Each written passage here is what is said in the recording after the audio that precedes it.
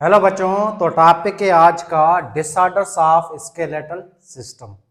आपका जो skeletal system है इसमें बहुत सारे डिसऑर्डर होते हैं, बहुत सारी बीमारियां होती हैं।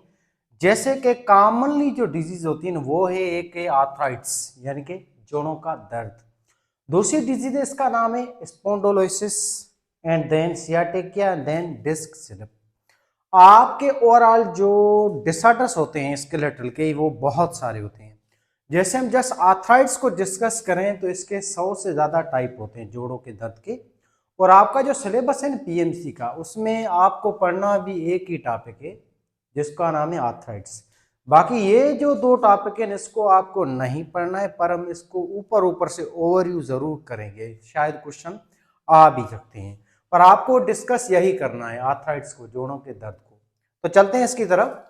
आर्थराइट्स नाम से जाहिर हो रहा है जोड़ों का दर्द या अपने जो जॉइंट्स होते हैं उनका दर्द। सिंपल लफ्जों में कहें इसी को हम कहते हैं आर्थराइट्स। डेफिनेशन यही है, इन्फ्लामेशन ऑफ जॉइंट या इन्फ्लामेशन ऑफ यूर जोड़ इज कॉल्ड आर्थराइट्स।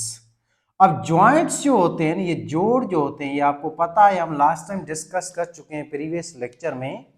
जॉइंट हम उस चीज को कहते हैं जहां पे आपकी दो बोन्स जो है वो कनेक्ट हो, जहां पे इनका संगम हो, जहां पे इनका मेलाप हो, तो इस जगह को हम कहते हैं जॉइंट। खास तौर पे आपके जो साइनोवियल जॉइंट है ना ये जल्दी खराब होते हैं क्योंकि ये यूज भी ज्यादा होते हैं आपकी बॉडी में। ये मेन जॉइंट होते हैं। अब जॉइंट जो होते हैं ना उसके खराब होने के कई रीजंस हैं। जैसे एक रीजन है हेवी वेट। अगर आप खाना ज्यादा खाते हैं, आप ओबेस है, आप मोटे हैं, तो इसकी वजह से आपके जोड़ों के ऊपर स्ट्रेस भी ज्यादा आता है, वजन भी ज्यादा आता है। वो ओवर यूज होते हैं, ज्यादा यूज होते हैं, इस वजह से वो जल्दी रगड़ जाते हैं, जल्दी खराब हो जाते हैं, उनकी कार्टिलेज भी रगड़ जाती है, घिस जाती है। जॉइंट को आप ऐसे समझें ये आपकी गाड़ी में जैसे स्प्रिंग होते हैं ना, जैसे आपकी गाड़ी के पीछे आप जंपर लगाते हो, ये जंपर होते हैं। आप गाड़ी के ऊपर ओवरलोड लगाओगे तो जंपर जल्दी घिसने की वजह से जल्दी खत्म हो जाते हैं, खराब हो जाते हैं। ऐसे ही आपके जोड़ होते हैं जंपर की तरह, स्प्रिंग की तरह, ये भी जल्दी खराब हो जाते हैं। ठीक है। इसके अलावा एक और रीजन है डायबिटीज है, वायरल इन्फेक्शन हैं। इसके अलावा फैमिली हिस्ट्री, जेनेटिकली भी होते हैं आर्थराइट्स।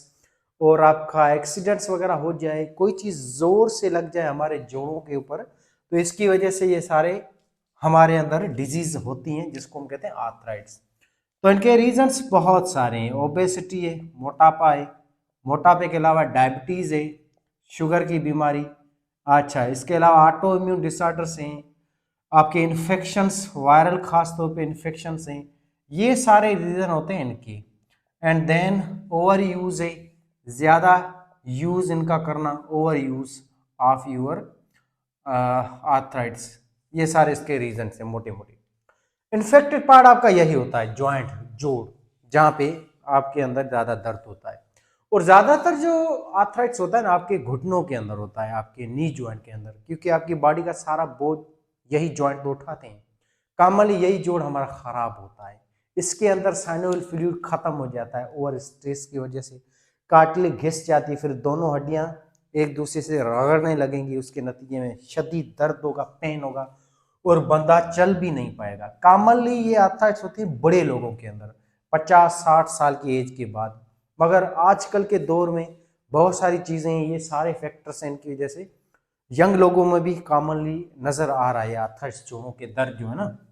इन्फेक्टेड पार्ट आपका यही होता है जॉइंट, यहीं पे आपका होता है आर्थराइट्स, ये इन्फेक्शन ऑफ जॉइंट ही है। ठीक।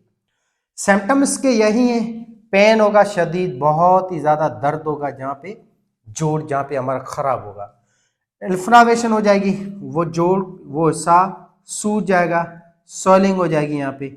और इसके अलावा इनएबिलिटी हो जाएगी टू मूव, मूवमेंट में दुश्वारी होगी, बंदा चल भी नहीं पाएगा। ये सारे इसके सिम्टम्स हैं। ट्रीटमेंट की बात करें तो आर्थराइट्स जो है ना उस हर किसी की ट्रीटमेंट अलग अलग है। हर आर्थराइड की ट्रीटमेंट सेम नहीं होती है, ये डिपेंड करता है कि आपकी बॉडी में कौन सा आर्थराइट्स हुआ है। जैसे जोड़ों के दर्द जो है तो ये जोड़ों के जो आर्थराइट्स हैं उसके बहुत सारे टाइप हैं, 100 से ज़्यादा आर्थराइट्स होते हैं। पर कॉमनली हमारे बुक में 4 मेजर लिखे हुए हैं। मेजर आर्थराइट्स ये 4 हैं, जिसमें पहला पहला है ऑस्टियो आर्थराइट्स, जो कि कॉमन आर्थराइट्स है।